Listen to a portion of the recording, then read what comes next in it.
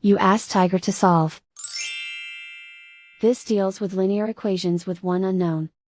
The final result is y equals -6. Let's solve it step by step.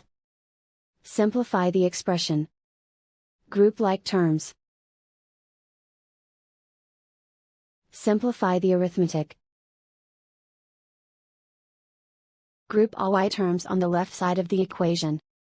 Subtract y from both sides.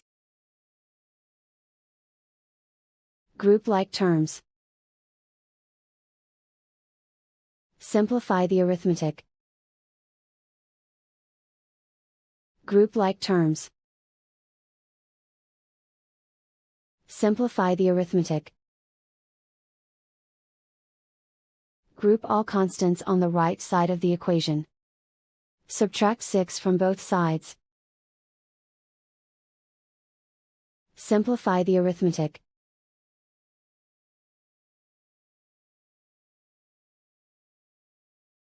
Isolate the y. Divide both sides by -3. Cancel out the negatives. Simplify the fraction. Move the negative sign from the denominator to the numerator.